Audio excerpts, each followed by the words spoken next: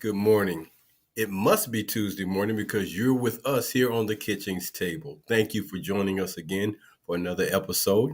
Joining me as always on these Tuesday mornings is my co-host Ronleen Kennedy. Good morning, Ronleen. Good morning, Earl. She's entertained already. Yes. So I know that sometimes getting ready for the show can be a challenge, but sometimes news is just like at the last hour, at the nth hour, you have to almost just wait to see because you might miss this golden nugget. And today, our golden nugget is definitely one for the books because we're going to be talking about the topic today. And Ron Lee, let me tell you, when I saw the news last night and this came across, I just jumped all over it because I'm like, oh my goodness.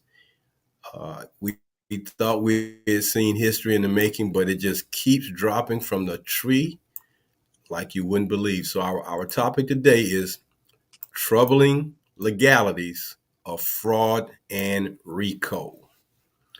And RICO is not a person's name. It is not. This all has to do with the court system and the criminal justice system.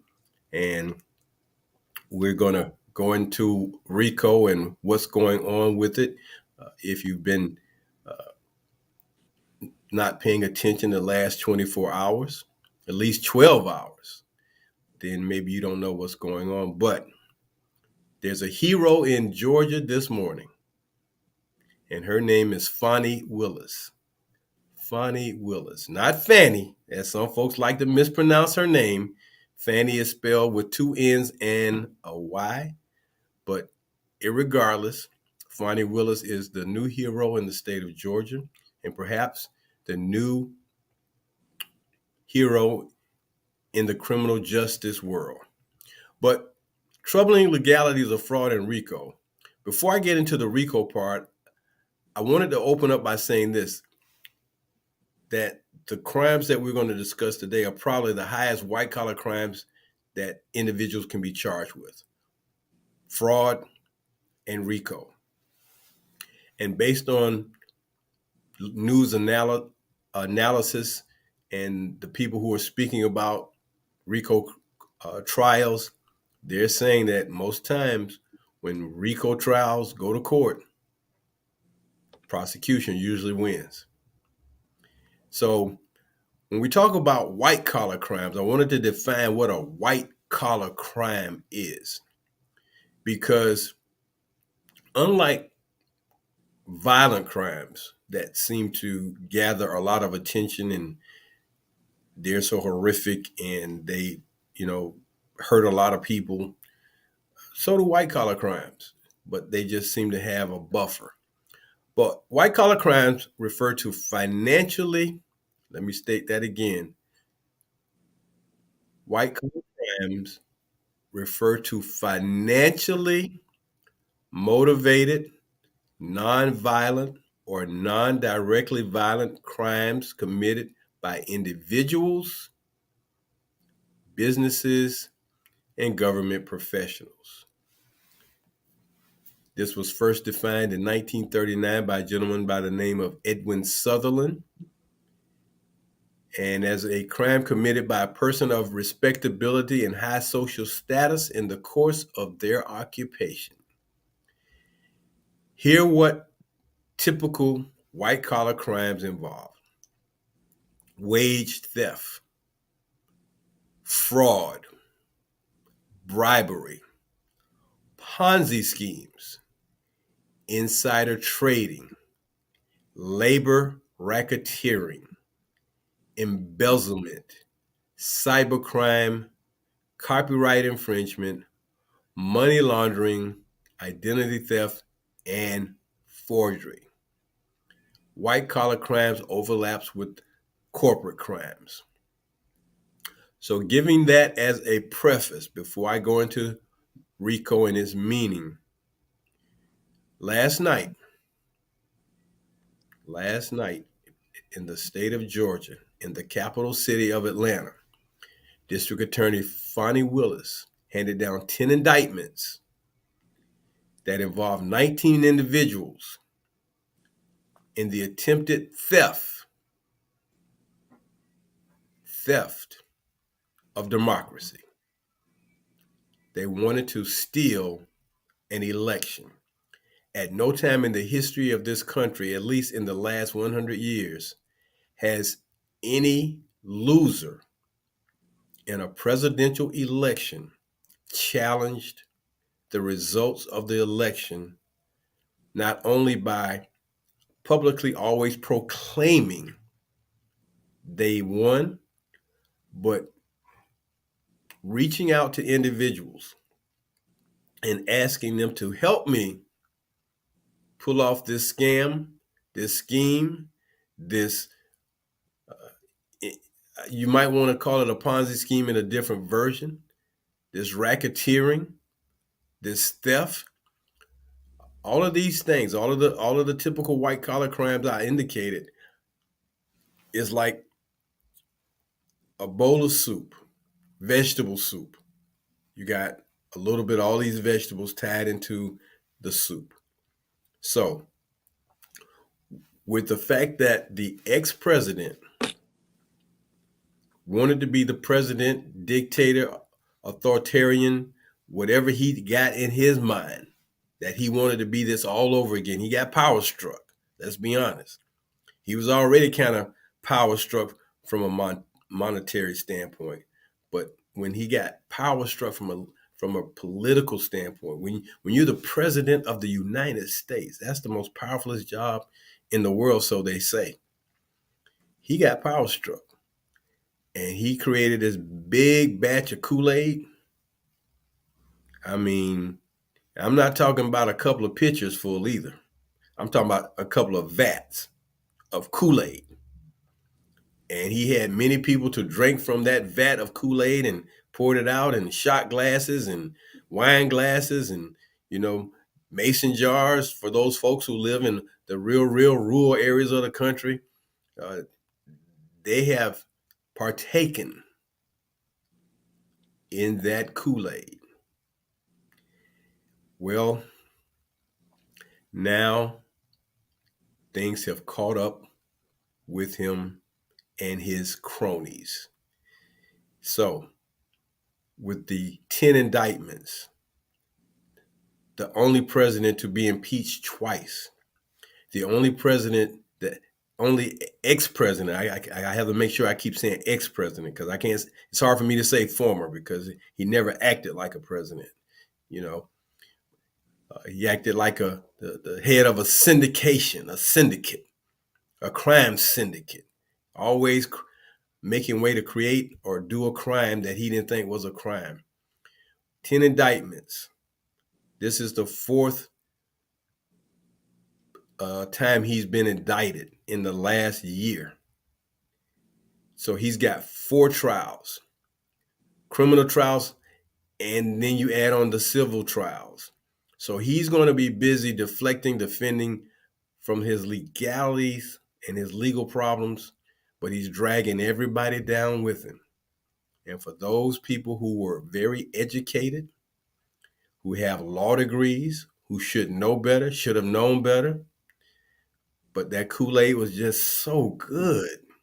Mm, mm, mm. May I have another, sir? May I have another glass of that fine Kool-Aid that you're dispensing? Well, they're all going down.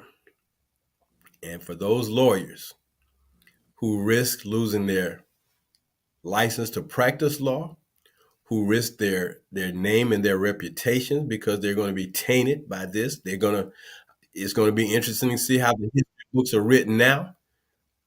I guess is this a woke moment or a non-woke moment? I don't know. But is it going to make the history books in the right context, and framework that it deserves? It should be that you had an ex-president wanting to be the president again, i.e. Richard Nixon. Nixon didn't go this far. He went far enough that he had to resign. Well, when you have an egomaniac like the ex-president we have now, resigning is not in his vocabulary. So if he's going to go, then it looks like, unless he goes in federal court first, it definitely looks like he's going to go in state court in the state of Georgia. So let me move on to the definition of the word RICO. And RICO is a legal term, it's a law term. It stands for racketeer, influence, and corrupt organizations. Racketeer, influenced. And the way it was described last night, when you gather a group of people to decide that you're going to break the law and do some things collectively as a group, that becomes racketeering and corrupt. And once you make that group designation, corrupt organizations, it is a law that allows authorities to punish offenders engaging in criminal activities, particularly racketeering. It punishes crime bosses, and I'm reading this from what I found on the internet. It punishes crime bosses. Let me state that again, because maybe you're not understanding when I make that statement. Punishes crime bosses. And it is in my heart that I believe that the ex-president, Donald John Trump, created a crime syndicate utilizing his family, utilizing other people who wanted power, mesmerizing lawyers who in their right state of mind would not go along with such foolishness, that they would lose their law license, that you may never practice law again, your reputation and your good name. But it punishes crime bosses who order their subordinates to carry out criminal activities for them. Rudy, you know, and they were talking about the fact that when he was the attorney in the state of New York, former mayor Rudy Giuliani, excuse me, went after some crime families in New York under the RICO Act. How life has come full circle for him. Now he's under that same law that he punished others with. He's a part of that. These bosses could claim innocence because they technically were not the ones to carry out the crimes. I didn't have anything. No, I didn't know. I didn't tell them to do that. No. Oh, they acted on their own volition. Okay. So I did a little bit more research, and it's funny that Hollywood has a little to do with this RICO. Uh, and as it stated, legend in the law has that to allow the government to crack down on the mafia, they named a character by the name of Rico, played by Edward G. Robinson in the 1930s gangster film Little Caesar. He was called Rico. So if you know Edward G. Robinson, you know what kind of guy he was on the screen, but he played this role. So the government is now, instead of charging Donald J. Trump, ex-President Trump, under one thing, the RICO law, Racketeering, Influenced, and Corruption Organizations Act, District Attorney Fonnie Willis painted it with a very, very broad paintbrush. And I'm not talking about a paintbrush that you use on canvas. I'm talking about one of those big, wide paintbrushes you use to paint a house. She has taken that big brush and just put a big, broad stroke over all of this. So, as I stated already, what were some of the crimes that come under racketeering or RICO? But here's some other ones: gambling, arson, murder, robbery, kidnapping, drug trafficking, bankruptcy, and It hasn't never been said and never been put out there, but money laundering, I believe the ex-president was dealing in a lot of money laundering prior to him becoming president because he was tied up and still tied into the Russian criminal syndicates that, you borrow some money, like they say, a loan shark. Remember the scene from the movie Barbershop where Craig went and borrowed the money from Lester Wallace, Yes. and on the same day now, not a day later, he took that same $20,000, I believe, back to Lester Wallace and said, "I got your money, right here. I got it right here. I don't want to do this. I'm gonna give you money back." And Lester Wallace told him, "Give me my money back." And he told him 20,000. He said, "No, 40,000." He's like, 40,000. That's right. That's what happens in those kind of situations. So whatever money the ex-president borrowed from Vladimir and all the other oligarchs over there in Russia, whatever he's indebted to them for, he's on the hook for a large amount. He's indebted to China for a large amount. They won't ever. It's funny they never bring these things out to talk about how much money he owes these two countries, but he's on the hook for quite a bit. And then you send your son-in-law down to Saudi Arabia for him to be on the hook for $1 billion or so. After a while, a cool billion doesn't really sound like a big number. I just want to borrow a cool billion. I mean, you got it. Let me borrow it.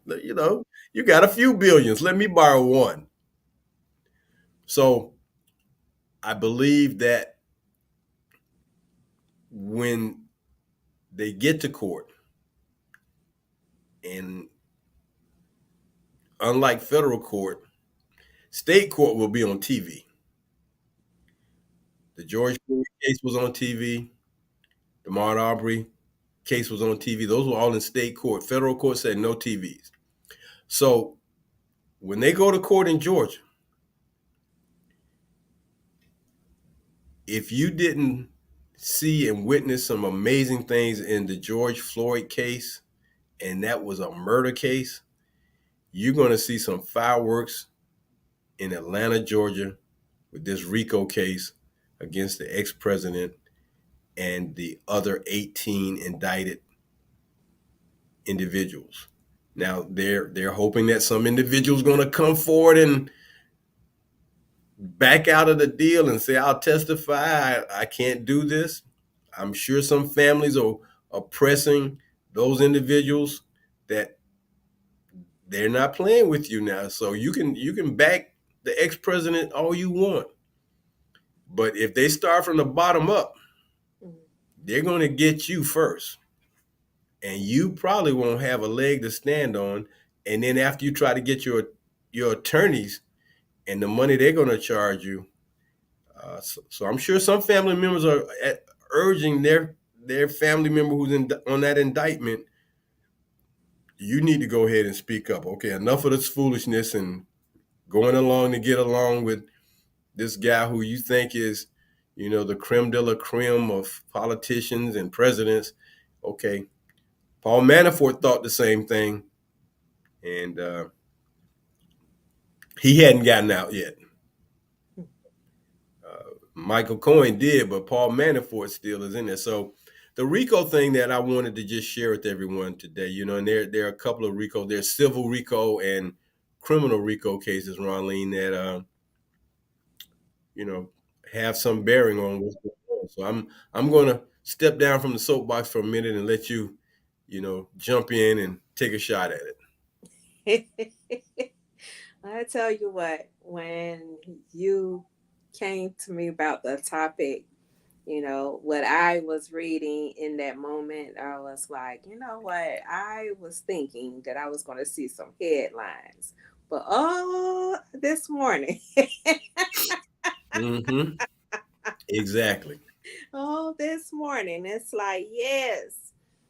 So when I first thought about Rico, I remember reading about it in American history, and a shout out to the late Benjamin Fleming from Rebound High School in Mm, Jacksonville, Florida, having us to come in every week with our current events. mm. And at that time, it was dealing with the China Wall and all of that stuff from the 80s or whatever. But I tell you what, I would be glad to subscribe to anything at this point to bring in the current events. And I would tell him, I don't want the local. Let me do the national. Oh yeah, I mean the national is what's going on. I mean, Yes, other than the fact that you got a governor who gives you some great local news, but right now, right now. um, you know, Fonnie Willis is standing on the steps of the courthouse of the Georgia Capitol with her cape blowing in the wind and her her hands on her hips and looking at the sky and just going dun dun dun dun dun dun dun dun. Dun. The theme music is playing. Yes. Um, she has definitely made a statement. And in the interview last night, she was all business. So this is going to be interesting. Everybody else is kind of, I don't think anyone has come this very firm about what they're doing. And when she told them last night, I've tried 11 RICO cases. Uh, Ooh, I have the experience.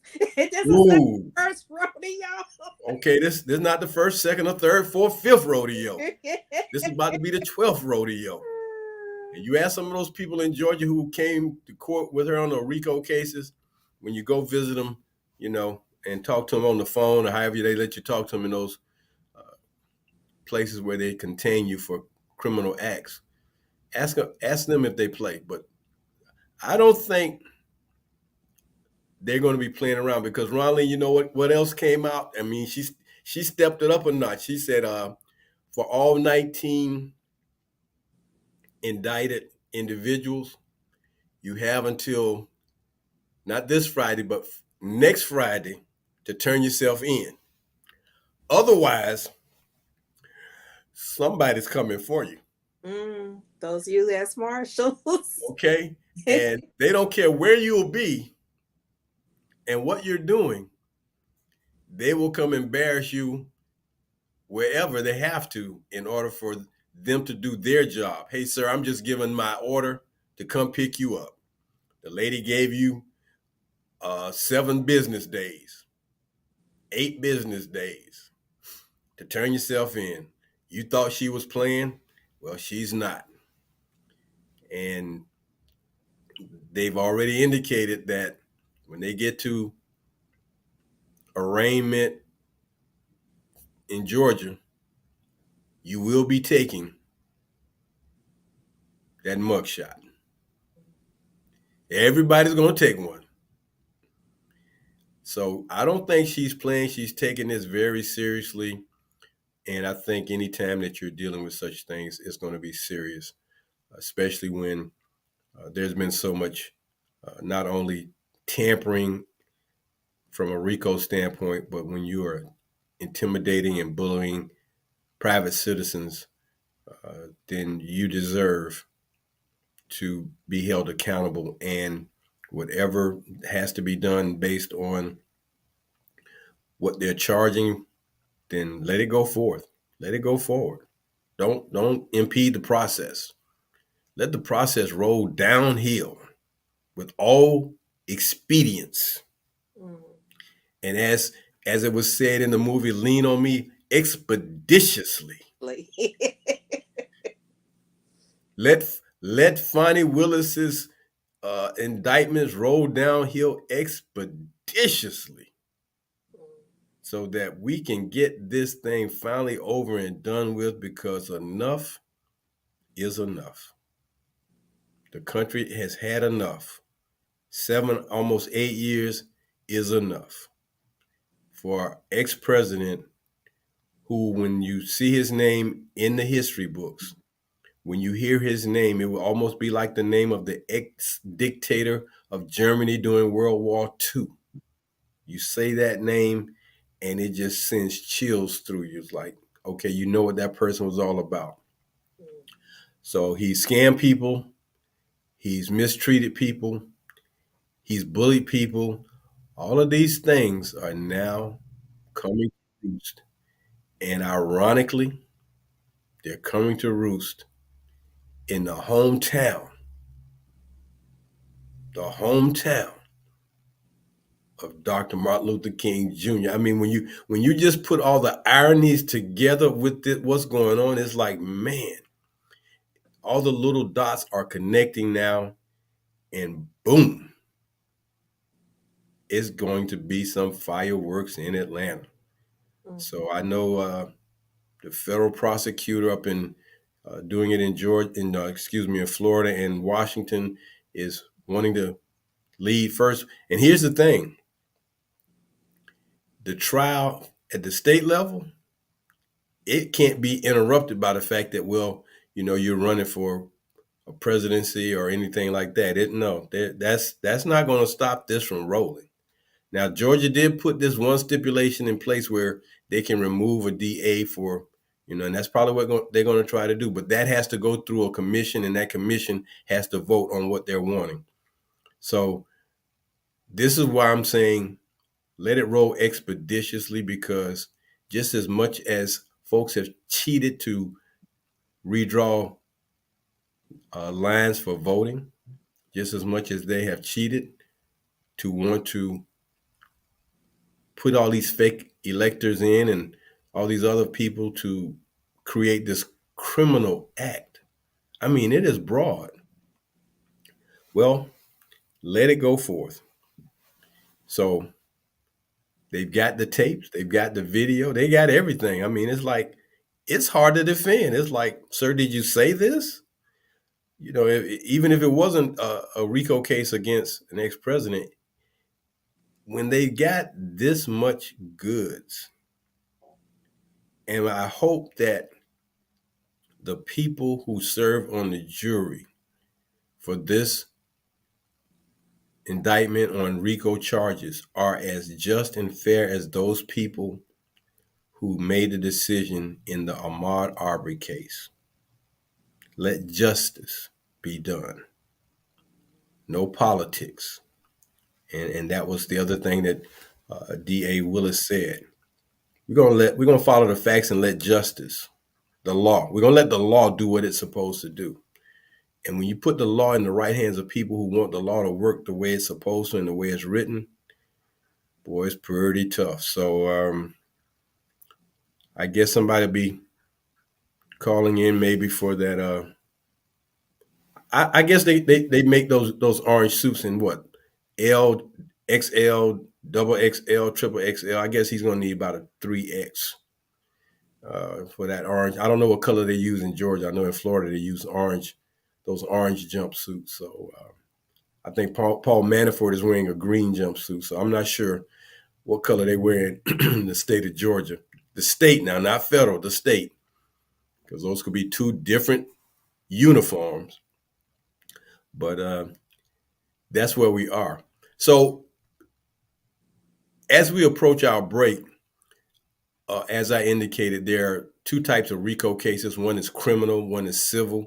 And of course, civil is always a little less than criminal. But I'm looking at the fact that mail and wire fraud can also be part of RICO charges, mail and wire fraud.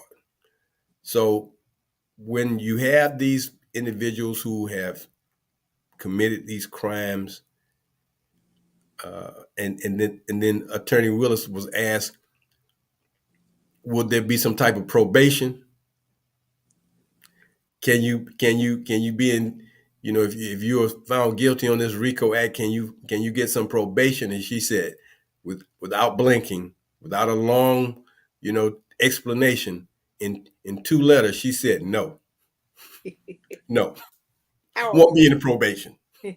You're going to have to serve your time before, we can even look at, this thing going in a different direction. So that is what's hanging over these individuals.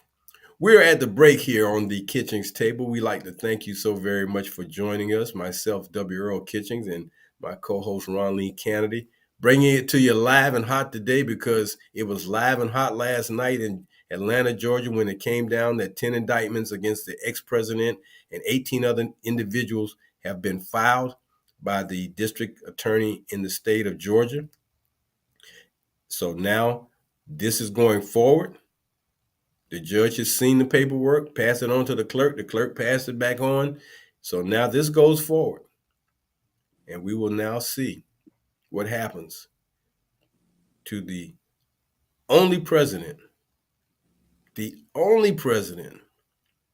to be under 4 indictments, 2 impeachments in American history. We will see what happens. So that's the RICO part of what we're talking about today. Racketeering. Let me go back over that again. So the next time you hear it, racketeer influenced and corrupt organizations. That's what RICO is. You do RICO acts as a group, as an entity, and they charge you with this, and they start formulating this case a couple of years ago. They didn't just start. They've been working on this for 2 years, gathering evidence, talking to witnesses. So when the last period is put on the paper and the last T is crossed and the last I is dotted, and it was interesting too because they said, well, normally such indictments or paperwork is brought to the judge by the clerk. D.A. Fonnie Willis didn't want anything to cause this not to go forward. She had the paperwork delivered by a sheriff's deputy to the judge. We're not we're not leaving any room for anything to go wrong. So you take this to the judge, deputy sheriff, and when the judge looked over everything, then he turned it over to the clerk, who then went to her office and made copies so that they can distribute it to the media. And I know it might be a sad day on a few networks around town because their hero is looking like things are not going well. So we talk about the RICO, but then I found this, the anti-slap laws. Had you ever heard about that, Ronlene? Anti-slap? I heard an anti-slap, Okay. Anti-slap. but to see it going in action today. Strategic lawsuit against public participation. In other words, a slap lawsuit is one meant to intimidate or silence an individual by burying him in the cost of defending himself in an effort to silence his opposition. Slap, anti-slap. Slap is one thing, anti-slap. Typically, the lawyer and or his client don't expect to win the lawsuit itself. They only want to stop the plaintiff from pursuing the claim. Just want to stop you, slow it down. As it was said, let's just slow this thing down. Yeah, we heard you say slow it down. We heard you try to say slow it down. We heard you tell the vice president if we could just pause it. We could just pause it. Okay, yeah. Former vice president said, "No, I'm not going down with that ship. Mm-mm. We're See, not because seeing I gotta go. I today. gotta go home. I gotta go home. We I not. gotta go home. Well, we're not sitting in the river with you in the ocean. We're not doing that. No, we're not doing that. Now, Mr. President, I know your home is not happy, but my home is pretty happy. So I got to go home. When you go home to Mar-a-Lago, you can sleep on one side of the Mar-a-Lago estate, and Madam First Lady can sleep on the other side. Y'all don't have to see each other for a week. And, and I know you're happy. No, she's probably happy, but no, that's not the kind of happy home. So the former vice president, who we have to give credit to, was a hero on that day that they were counting the votes, the electoral votes. He was a hero. He stood up. He would not back away, even though they wanted to do him bodily harm. And of course, him running for president now with his testimony going to be a part of some of this RICO, I'm sure. Who they may not want to, he may want to just go ahead and say, you know what, I'm gonna go ahead and find me a nice quiet place in the world of the land in and just, as we say, chill out because it's gonna be hot. So uh depending on the severity of a violation, a sentence or RICO could be 20 years. And they are already saying that if former Mayor Giuliani gets charged and has to serve time, he's in his 80s now, he could spend the rest of his life in prison. Yes, and that's so sad to me. When I think about Kenneth Lay, and I think about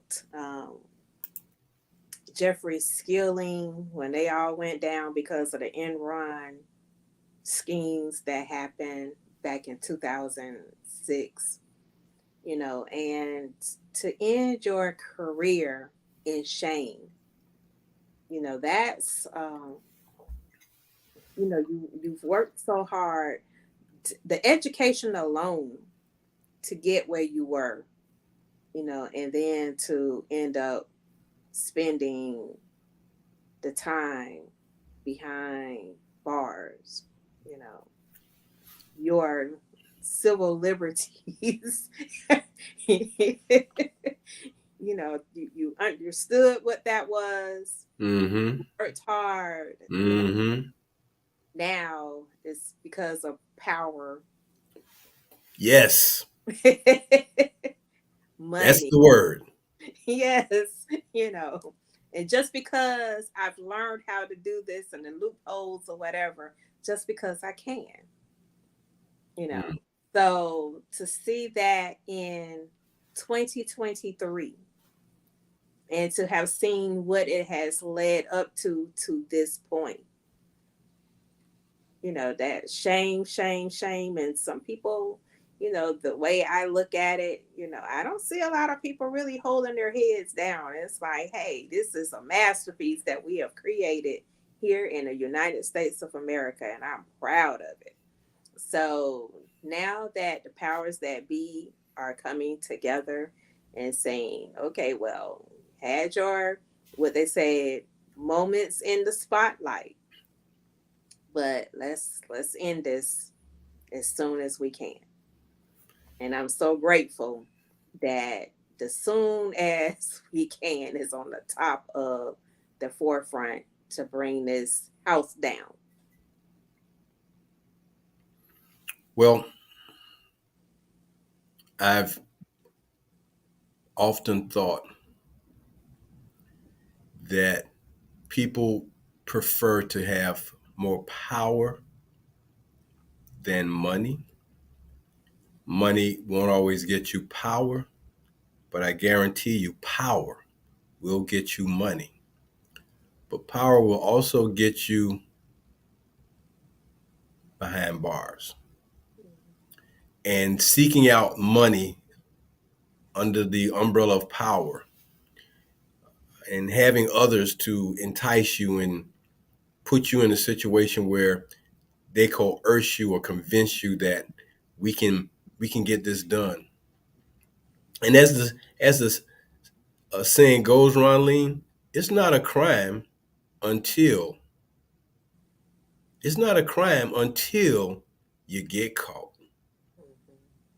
So it's sad that individuals have followed this path, but I'm feeling no tears. I'm feeling no heartburn. I'm not feeling any emotions that relate to being upset, sad, or disappointed that these individuals are going down like this because as your parents told you once upon a time, you knew better. But that fake gold that guy likes to put out there, and I don't know other than the Kool-Aid, I don't understand and know what he says or what he promises for people to follow him so blindly. I don't know if he has the goods on people that he'll bully you and say if you don't do it, I'm going to tell on you or I'm going to threaten you. I don't understand and know what it is that make people want to follow a man who is a coward, who is a grifter, who is a liar, who is dishonest and has no integrity and only cares about self. I don't understand why that is such a hard thing to see, but for those who have law degrees, who should know better, I trust me, when the judge hands down the sentencing, and if former mayor has to go do 20 years, oh well, you chose that guy Mhm. to run with. You know, you chose that guy to represent at a landscape maintenance place for a press conference because y'all messed up the Four Seasons. Oh, you thought the Four Seasons hotels was the landscaping place. You put yourself in position. So I'm. It's unfortunate, and hopefully their families won't suffer too much, but they're going to suffer. Yes. So okay, and I found this article by J.M. Olajaris from the magazine dated November 16th. It's like understanding white collar crime. Understanding white collar crime. Uh, he talks about how people are fascinated about, you know, doing white collar crimes. Well paid professionals committed on their own with colleagues or as parts of organization, wide collaborations. They just want those golden rings that are out there. I have money, but I want more. And when he talked about the fact that, and I quote, drawing these fine lines around intention is even trickier when executives rely on expert advisors to help with their decisions. If a lawyer or an accountant tells you that something is legal, even just barely, as he states, should you have to go to jail if he's wrong? You were advised by your legal counsel that, well, it may not be too much of breaking the law. If you catch the right judge or the right jury or whatever, they might, Um, so because white collar crimes don't have the same effect that violent crimes or blue collar crimes, whatever that may be, when the general public does crimes, but white collar crimes, front and foremost, many times, probably 99% of the time, is about some money. I guarantee you that money is in the mix somewhere. And when things go sideways, you know, then they do. And I'm glad you brought out that about the Enron case because again, here's people wanting money. What about the Ponzi scheme from a man? What was Bernie Madoff Ponzi scheme? It's about that money, Bernie. That's all it was about. So you created that, and they got you caught up in a RICO, and boom, Bernie was an old guy when they sent him to prison. They didn't care. You hurt a lot of people. You damaged, you know, two women in Georgia. You damaged their names and their reputations. You threatened them uh, with their job, and if they didn't do if they didn't change their mind or whatever, they were threatened. So I won't have any tears of sadness for any of the people who get time from this and get caught up in this because hey, as they say, if you can't do the time, don't do the crime. But obviously, you thought you were so slick you weren't gonna get caught. Mm. Oh well. You needed to tell that guy to stop talking so much. That's why I said don't stop him from talking. Let him keep talking. He'll Mm. talk himself into it, and that's why they talking about no. Don't put him on in the witness chair. Or put him in the chair. I'm like, no, please, Donald. If you feel, if he feels that comfortable with being innocent, step up. You a big bad bully when things are going your way. You was big and bad, always talking about lock her up. Oh boy, oh boy. I don't see you being the man that you always claim you everybody else is not. Oh, they're weak. They're cowards. Dude, step up. Tell them you'll take the witness stand. Mhm. Tell them you'll testify. If you big and bad, tell them you'll testify. I dare you to testify. No, you don't want to testify on the DA Willis. Mm. It'll be a wrap. Mm. So the last part of this was fraud, and we talk about fraud. Fraud is intentional deception to secure unfair or unlawful gain. Intentional deception to secure unlawful or unfair gain, or to deprive a victim of a legal right. Fraud. So you have RICO and you have fraud, and that's what the charges in Georgia are going to be all about. And it's going to be just interesting to see. As noted, the DA is not wasting time giving folks time to think about it. She said by next Friday, the 25th, you can turn yourself in or not. Mhm. So that kind of takes care of the topic for today, Ronline. Didn't have a whole lot of fraud to go into simply because it's been a lot of fraud already.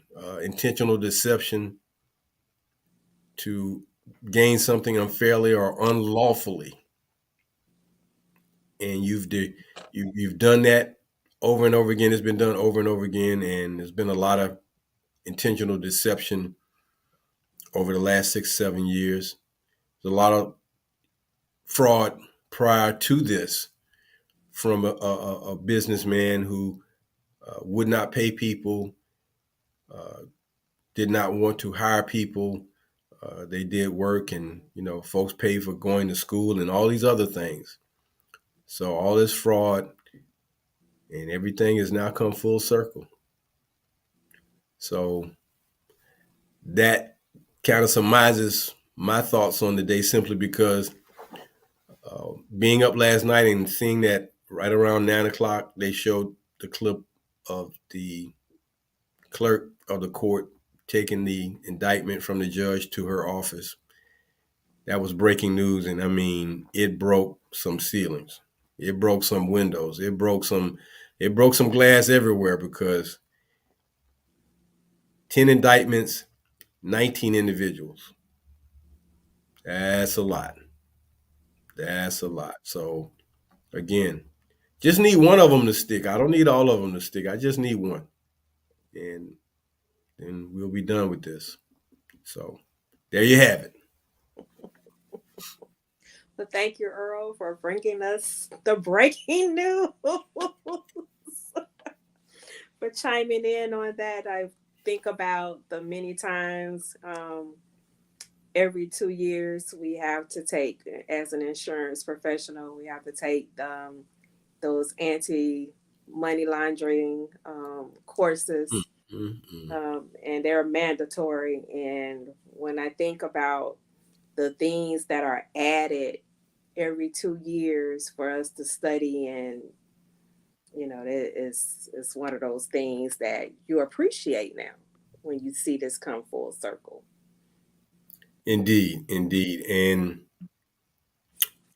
again, wanted to bring this to everyone because I know at times I've heard the term RICO and wasn't very familiar with it. I knew that it was something that dealt with the law, and when you did it, you broke the law. But now that I understand it, it's all good. So that's going to do it for us today here on the Kitchings Table. We hope that we brought you some information. Hope that was entertaining, and we hope that it was insightful. And until next Tuesday at 10 o'clock, we will bring you something new and informative and interesting. So until next Tuesday, for my co-host Ron Lee Kennedy, who's right there, she's been smiling the whole time. She's been entertained the whole time this morning. For her, I'm W. Earl Kitching saying until next week, do something good for somebody else. Take care, everybody.